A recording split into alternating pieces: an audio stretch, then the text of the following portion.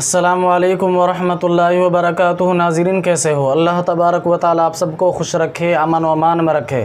تو پیارا عزیز ساتھیو، آج کا ٹاپک ہے ہمارا ایک چوہا اور کسان۔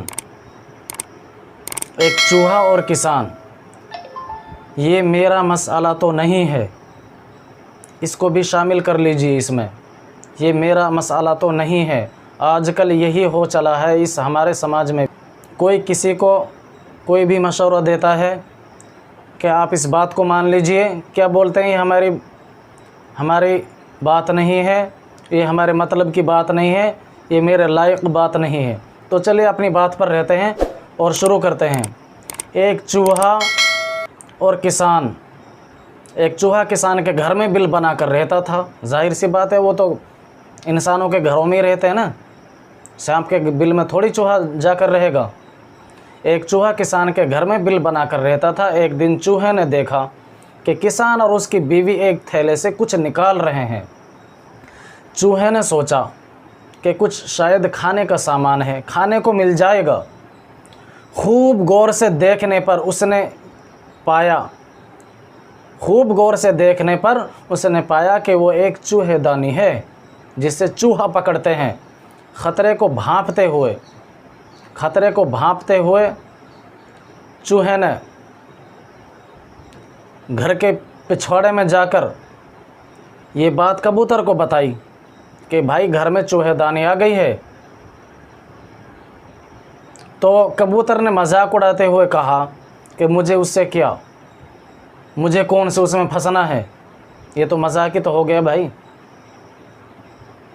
مایوس چوہا یہ بات مرغے کو بتانے گیا۔ مرغے نے بھی مذاق اڑاتے ہوئے کہا، جا بھائی یہ میرا مسئلہ نہیں ہے۔ مسئلے کی بات آ گئی نا، میں نے بتایا نا شروع میں، مسئلے کو بھی لیتے ہیں۔ آج کل مسئلہ ہو گیا ہے، بھئی یہ میرا مسئلہ نہیں ہے، یہ اس کا مسئلہ۔ اس کو کوئی بھی ہمیں رائے مشورہ دیتا ہے تو اس پر توجہ دینی چاہیے۔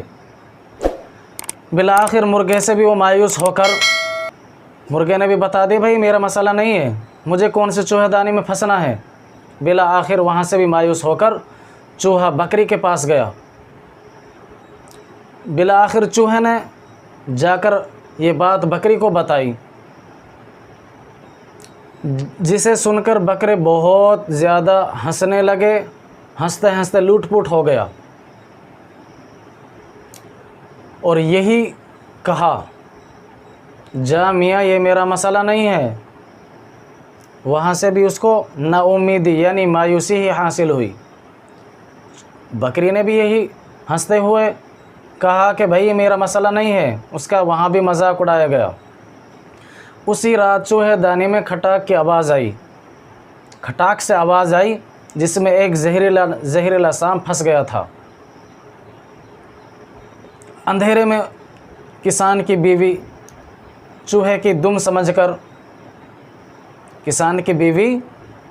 دم سمجھ کر اسے چوہے دانی سے نکالنے لگی تو سانپ نے اسے ڈس لیا۔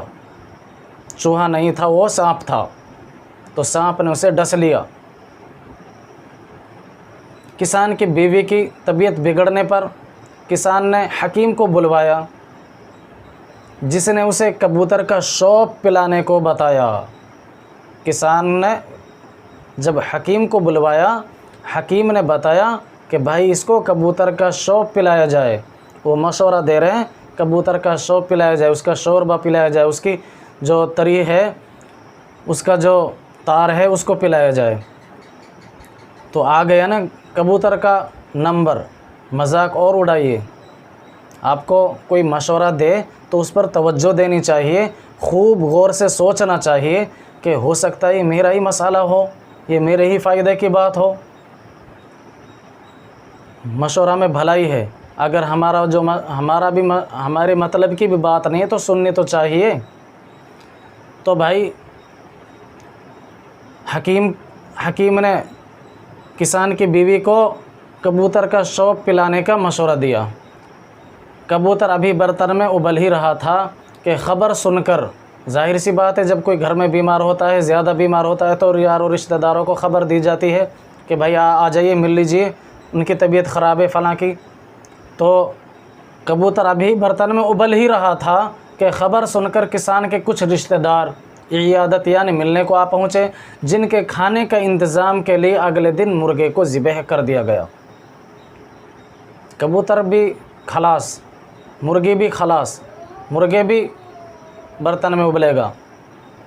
کچھ دنوں کے بعد کسان کی بیوی مر گئی، بچی نہیں، جس کے جنازے اور تعزیت پر آنے والوں کی ضیافت میں بکرا کاٹنے کے علاوہ کوئی بھی چارہ نہیں تھا، کوئی چارہ ہی نہیں تھا۔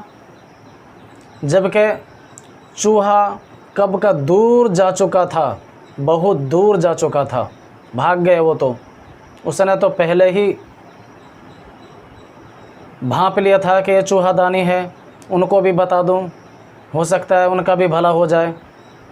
اگلی بار اگر کوئی آپ کو اپنا مسئلہ بتائے اور آپ کو لگے کہ یہ میرا مسئلہ تو نہیں ہے، میرا مسئلہ نہیں ہے، تو انتظار کیجئے اور دوبارہ سوچئے کہ کہیں ہم سب خطرے میں تو نہیں ہیں۔ کیونکہ اگر سماج کا ایک حصہ، ایک طبقہ، ایک شہری بھی خطرے میں ہے تو یقیناً پورا ملک خطرے میں ہے۔ اگر ہمارا ملک کا ایک شہری بھی اور ایک باشندہ بھی خطرے میں ہے تو پورا ملک خطرے میں ہے۔ ذات، مذہب اور طبقے کے دائرے سے باہر نکلیں۔ ایک بار پھر سن لیجئے، ذات، دھرم، مذہب اور طبقے کے دائرے سے دور نکلیے اور باہر نکلیے۔ صرف اپنی ہی ذات تک محدود مت رہیے، اپنا بھلا ہو جائے، اپنا آپا بچ جائے، نہیں بچنے والے۔ جب ہم دوسروں کی فکر کریں گے، دوسروں کو بچائیں گے، تب ہم بچیں گے۔ صرف اپنی ہی ذات تک محدود مت رہیے، دوسروں کا بھی احساس کیجئے، کیونکہ پڑوس میں لگی آگ آپ کے گھر تک بھی پہنچ سکتی ہے۔ آپ اگر ان کی آگ بجھائیں گے تو ہمارا گھر محفوظ رہے گا، اگر ہم اس کے گھر کو جلتے ہوئے دیکھیں گے تو ہمارے گھر تک بھی آگ پہنچ سکتی ہے۔ لگے گی آگ تو کئی گھر زد میں آئیں گے۔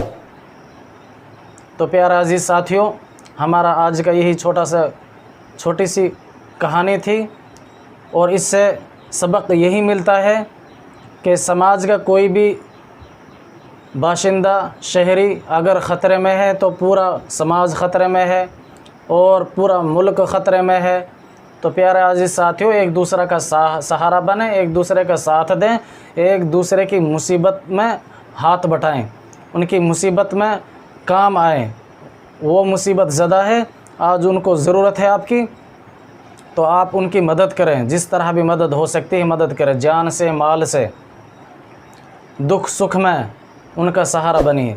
تو آج کے لیے اتنا ہی کافی۔ اللہ تعالی ہمیں اور آپ کو ہر مصیبت بلا سے محفوظ رکھے، آمین یا رب العالمین۔